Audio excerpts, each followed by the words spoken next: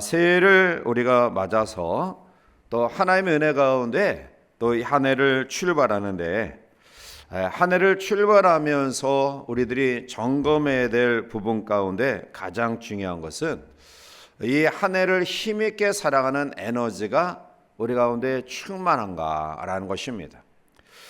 멀리 자동차를 가지고 운행을 할 때 여러 가지 기계를 정비하죠. 자, 그러한 가운데서 가장 중요한 것은 그 거리를 충분히 갈 수 있는 연료가 가득한가, 이것을 반드시 체크해야 되죠. 만약 중간에 가다가 연료가 부족하면 큰 낭패를 경험합니다. 자, 따라서 이 한 해를 출발하면서 우리들의 삶 속에 또 힘있게 살아갈 수 있는 영적 에너지가 무엇이냐? 그것은 피와 눈물과 땀입니다. 이것은 우리 인생의 아주 고귀한 세 가지 액체인데요. 인간의 모든 위대한 업적은 피와 눈물과 땀의 산물입니다.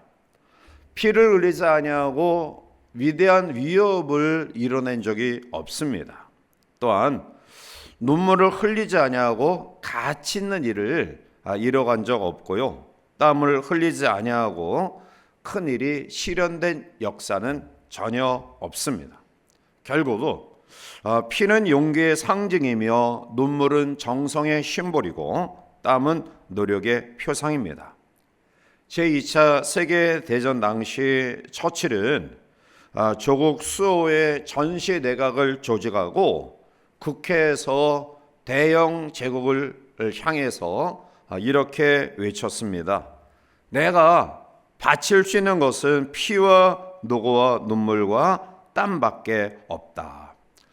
모든 사람들의 마음을 하나로 묶어서 또 그들의 대전 이후에 여러 가지 어려운 상황들을 잘 극복해 나갈 수 있었던 것이죠.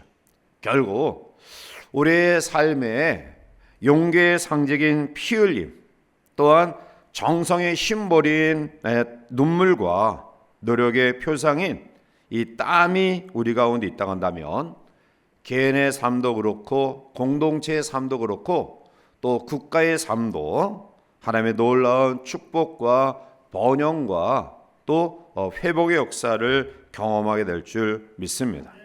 결국 변화의 시대에 우리에게 필요한 것은 바로 피와 눈물과 땀인 줄 믿습니다. 특별히 오늘 같이 읽은 본문의 말씀 가운데 큰 위기 가운데 있었던, 또 아픔 가운데 고통 가운데 있었던 민족을 변화시켰던 위대한 한 사람이 나오는데요. 그는 바로 눈물의 선지자 느헤미야, 눈물의 사도 느헤미야, 눈물의 성도 느헤미야였던 것입니다. 오늘 이 아침 민족의 아픔과 고통을 한 몸에 안고 이 땅을 세워가기 위해 하나님의 세우신 우리 교회가 또 사랑하는 성도들이 눈물의 사도로 또 눈물의 선지자로 눈물의 성도로 귀한 사역을 감당하는 우리 모두가 되어 개인의 부흥과 회복뿐만 아니라 또 공동체와 나라의 부흥과 회복을 아름답게 경험하는 우리 모두가 되시기를 바랍니다. 자, 그러면 느헤미야가 흘렸던 눈물은 어떤 특징을 가지고 있느냐? 우리가 두 가지로 크게 생각해 보고자 하는데요. 먼저 그는 육적인 눈물의 사람이었다라는 거죠. 느헤미야는 주전 587년 이스라엘이 바벨론에 짓밟혔을 때에 포로로 잡혀갔던 사람 가운데 한 사람이었습니다.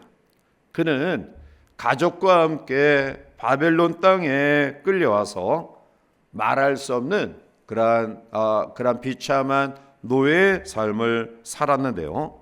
그런데 어느 정도의 시간이 흐르면서 그 바벨론마저 페르시아에 망해버렸고요. 그러한 가운데 느헤미야는 하나님을 통해서 그러한 슬픈 소식을 접하게 되죠.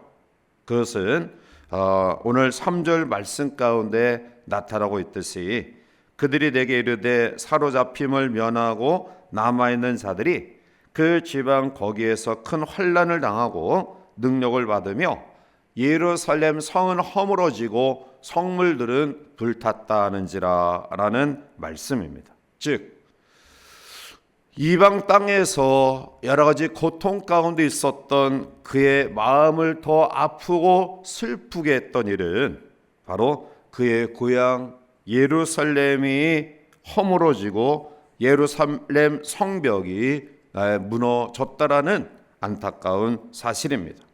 사실 유대인에게 있어서 예루살렘은 단순한 수도가 아니죠. 예루살렘은 그들의 정신적 지주이며 영적 고향입니다. 그러므로 예루살렘 성이 불탔다라는 것은 자기들의 뿌리, 근거가 없어졌다라는 의미입니다. 어쩌면 이것은 그들 마음속에 하나님이 이제 우리 민족을 버렸구나, 우리 나라에서 하나님이 떠나셨구나 라는 절망감이 컸다라는 것이죠. 자, 이러한 소식을 들은 느헤미야가 어찌 슬퍼하지 않을 수 있을까요? 그래서 오늘 본문 4절에 내가 이 말을 듣고 앉아서 수일 동안 슬퍼하며 하늘의 하나님 앞에 금식하며 기도하여 라고 말합니다. 그렇지 않아도 눈물이 많았던 느헤미야 선지자는 바로 조국을 사랑하고 또 안타까운 마음을 가지고 눈물을 흘릴 수밖에 없었던 것이죠. 정신이 나간 사람처럼 멍하게 앉아 있다가 또 울고 또 멈추고 울고 이러한 일들을 반복하고 있습니다. 그의 눈에서 눈물이 폭포수같이 쏟아졌습니다. 사랑하는 성도 여러분, 오늘 우리는 새해를 맞이하며 여전히 혼란 가운데 있는 이 땅과 이 민족을 위해 얼마나 하나님 앞에 울고 있는지요. 꼭 나라가 다른 나라에 빼앗겨서만 우는 것 아니죠. 고통 가운데 있는 민족과 동포를 향한 눈물이 우리 가운데 얼마나 있는지요. 제가 나이가 들어가면서 울음이 좀 많아진 것 같아요.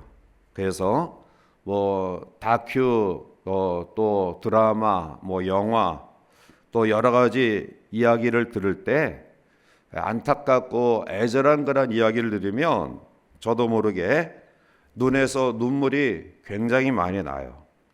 사랑하는 성도 여러분, 하나님은 하나님의 사람들의 눈에 거룩한 눈물을 주십니다. 하나님이 우리에게 주시는 그런 마음은 눈물의 마음입니다. 사랑하면 눈물이 나게 되어 있습니다.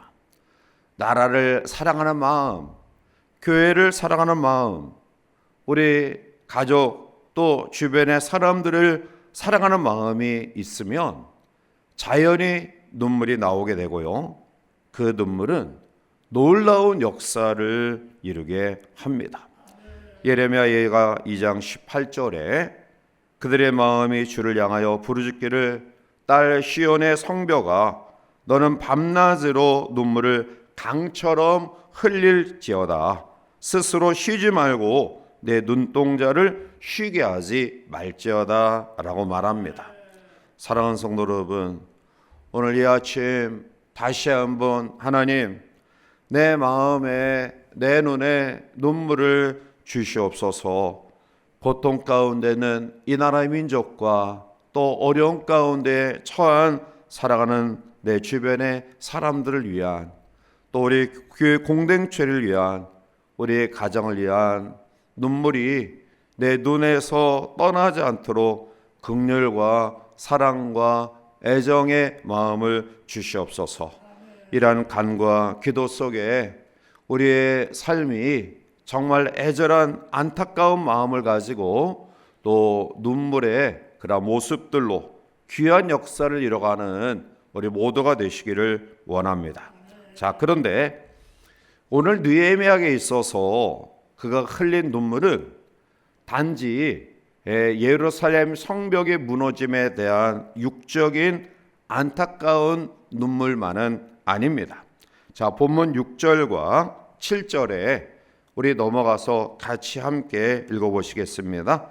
이제 종이 주의 종들인 이스라엘 자손을 위하여 주야로 기도하며 우리 이스라엘 자손이 주께 범죄한 죄들을 잡아가오니 주는 귀를 기울이시며 눈을 여시사 종의 기도를 들으시옵소서. 나와 내 아버지의 집이 범죄하여 주를 향하여 크게 악을 행하여 주께서 주의 종 모세에게 명령하신 계명과 율례와 아니하였나이다. 아멘. 느헤미야가 울었던 것은 단순히 예루살렘 성벽의 무너짐 때문만은 아니었습니다. 나라 민족이 나라 잃은 슬픔 속에 서러움의 눈물만은 아니었다라는 거죠. 그보다 더 큰 성벽이 무너졌기 때문이었습니다. 그것은 백성들 마음, 아니 자기 마음 속에 있었던 신앙의 성벽이었습니다. 하나님을 예배하고 하나님을 섬기고 하나님을 경외하고 살아야 되는 이스라엘 민족과 백성의 내면의 성벽, 마음의 성벽이 무너진 일입니다. 정말 더 심각한 문제가 바로 여기 있었던 것이죠. 즉 예루살렘 외면의 성벽은 다시 세우면 됩니다. 자, 그런데 오늘 느헤미야의 마음을 더 절망스럽게 했던 것은 바로 마음의 성벽의 무너짐이었습니다. 잠언 20장 27절에 사람의 영혼은 여호와의 등불이라 사람의 깊은 속을 살피시느니라 라고 말씀합니다. 우리의 마음속 깊은 곳에 마음의 성소, 하나님이 좌정하신, 하나님이 임재하신 그러한 성소가 우리 가운데 있습니다. 그 보좌에 하나님이 앉아 계셔야 되고요, 하나님이 앉아 계신 그곳에 나도 함께 거기에 있어야 됩니다. 하나님과 함께 내가 거기 있지 아니하면 파괴된 성벽처럼 우리의 삶은 황무하게 될 수밖에 없는 것입니다. 그러므로 오늘 느헤미야는 육신적인 그러한 예루살렘 성벽의 무너짐 속에서도 안타까운 마음이 있었지만, 그러나 근본적인 그러한 문제, 왜 우리가 이러한 노예의 삶을 살 수밖에 없는가? 우리 민족의 정신적인 지주인 예루살렘 성벽이 무너졌는가? 왜 회파되고 황망한 그런 모습들이 계속 진행되고 있는가? 그것은 바로 그 속에 있었던 마음의 성벽, 신앙의 성벽의 무너짐 때문에 그는 하나님 앞에 애통해 한 것입니다. 언제나 영적인 법칙은 이렇습니다. 영혼이 잘 돼야 범사가 잘 되고 강건합니다. 시편 19편에도 하나님의 말씀 속에 역사하는 그러한 힘을 우리에게 이야기하면서 여호와의 말씀은 우리의 영혼을 소송케 한다. 가장 중요한 것은 영적인 부분의 회복이 이루어야지 우리의 마음적인 또 우리의 육적인 그런 것들이 회복되어지는 것입니다. 느헤미야는 그의 중심 속에 가장 중요한 신앙의 성벽의 무너짐에 대한 영적인 눈물이 있었고요, 그로 말미암아 나와 내 아버지 내 집은 하나님께 죄를 지었다라고 고백하며 회개의 눈물을 흘린 것입니다. 기독교 2000년 역사상 모든 부흥은 회개로부터 시작이 되었습니다. 미스바에 모였던 이스라엘 민족의 영적 각성운동은 바로 회개 운동이었고요, 일제압제 암울한 시대 속에 이 땅에 큰 부흥을 일으켰던 1907년 평양에서 일어났던 영적 대각성 운동 또한 회개 운동이었고요, 그 눈물을 하나님이 받으시고 블레셋의 침략에서 안전하게 지켜주셨고요, 일제압제에 있었던 이 민족의 다시 한번 나라의 회복에 대한 간구가 전 민족, 전 백성에게 흘러 넘쳤던 것이고, 결국 1919년 김인현 3.1 운동을 필두로 이 땅의 자유를 갈구하는 마음, 이 마음을 하나님이 들으시고 1945년 해방의 기쁨을 이 땅에 허락해 주신 것입니다. 오늘 이 아침 우리가 이 나라가 또 우리 주변에 고통당하는 모습들로 인하여 시작된 눈물은 거기서 끝남이 아니라 더 근본적인 그런 문제를 우리들이 다시 한번 발견하고, 이런 모든 고통과 아픔의 근원이 혹시 교회가 또 성도가, 아니 다른 교회 다른 사람이 아닌 나에게 문제가 있지 아니하는가를 돌이켜보며 나로부터 시작되는 눈물의 회개의 운동이 우리 가운데 있어야 될 것입니다. 모든 공동체의 문제는 결국 누가 더 문제가 있다, 덜 문제가 있다라는 것이 아니죠. 그것을 우리들이 헤아려서 분석하고 탓하는 것이 문제의 해답은 아닙니다. 하나님의 영이 우리에게 임하시면 모든 문제가 나로부터 기인됨을 발견하게 되고요, 결국 내가 울어야 해결되어짐을 깨닫게 되어지는 것입니다. 사랑하는 성도 여러분, 이 사회 여러 가지 분열과 또 분쟁 속에, 또 우리의 삶 속에 나타나는 문제의 아픔 속에 눈을 부릅뜨고 상대방에게서 문제를 찾는 것이 아니라 오히려 조용히 눈을 감고 하나님 앞에 육적인 눈물, 영적인 눈물이 우리 가운데 있어야 되지 않을까요? 우리의 주어진 삶의 더 큰 문제는 분노가 모든 사람들 마음속에 더욱더 가득하다라는 것입니다. 왜 이렇게 조급한지, 왜 그렇게 다급한지, 왜 그렇게 우리의 마음속에 좀 더 가라앉히는 그런 여유가 없는지, 이제 분노와 또한 우리의 마음속에 일어나는 그러한 노는 우리의 마음과 공동체를 더욱더 어렵게 합니다. 사랑하는 귀한 성도 여러분들이여, 눈물만이 나를 치료하고 우리의 공동체를 치료하고 이 민족을 치료하는 영적 에너지임을 다시 한번 기억하고요, 우리의 눈에 눈물이 마르지 아니하는 단순히 육적인 눈물뿐만이 아닌 영적인 눈물이 우리 가운데 마르지 아니하는 그러한 이 한 해 될 수 있도록 하나님께서 역사하셔서 하나님이 느헤미야를 통해 다시 한번 놀라운 회복의 역사를 이스라엘에게 허락해 주셨던 것처럼 이 민족의 놀라운 회복의 역사가 눈물을 통해 경험되어지는 귀한 한 해 되시기를 원합니다.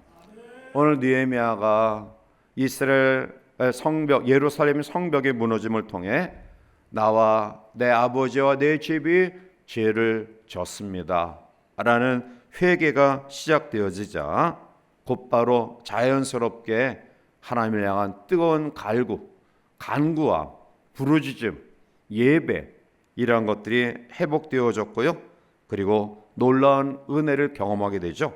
자, 오늘 보면 11절 말씀 가운데 오면 주여 구하오니 귀를 기울이사 종의 기도와 주의 이름을 경외하기를 기뻐하는 성도들의 기도를 들으시고 오늘 종이 형통하여 이 사람들 앞에서 은혜를 입게 하옵소서 하였다니 그때 내가 왕의 술관원이 되었느니라. 아멘.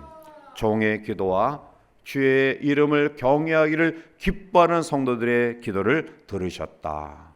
결국 하나님은 이방 나라의 왕의 마음을 감동시켜 주셔서 다시금 예루살렘 성벽을 중원케 하는 놀라운 축복의 은혜를 허락해 주셨습니다. 사랑하는 성도 여러분, 오늘 이 땅이 큰 아픔과 어려움을 경험하고 있는데요, 이때 정말로 필요한 것은 오늘 교회와 성도의 눈물인 줄 믿습니다.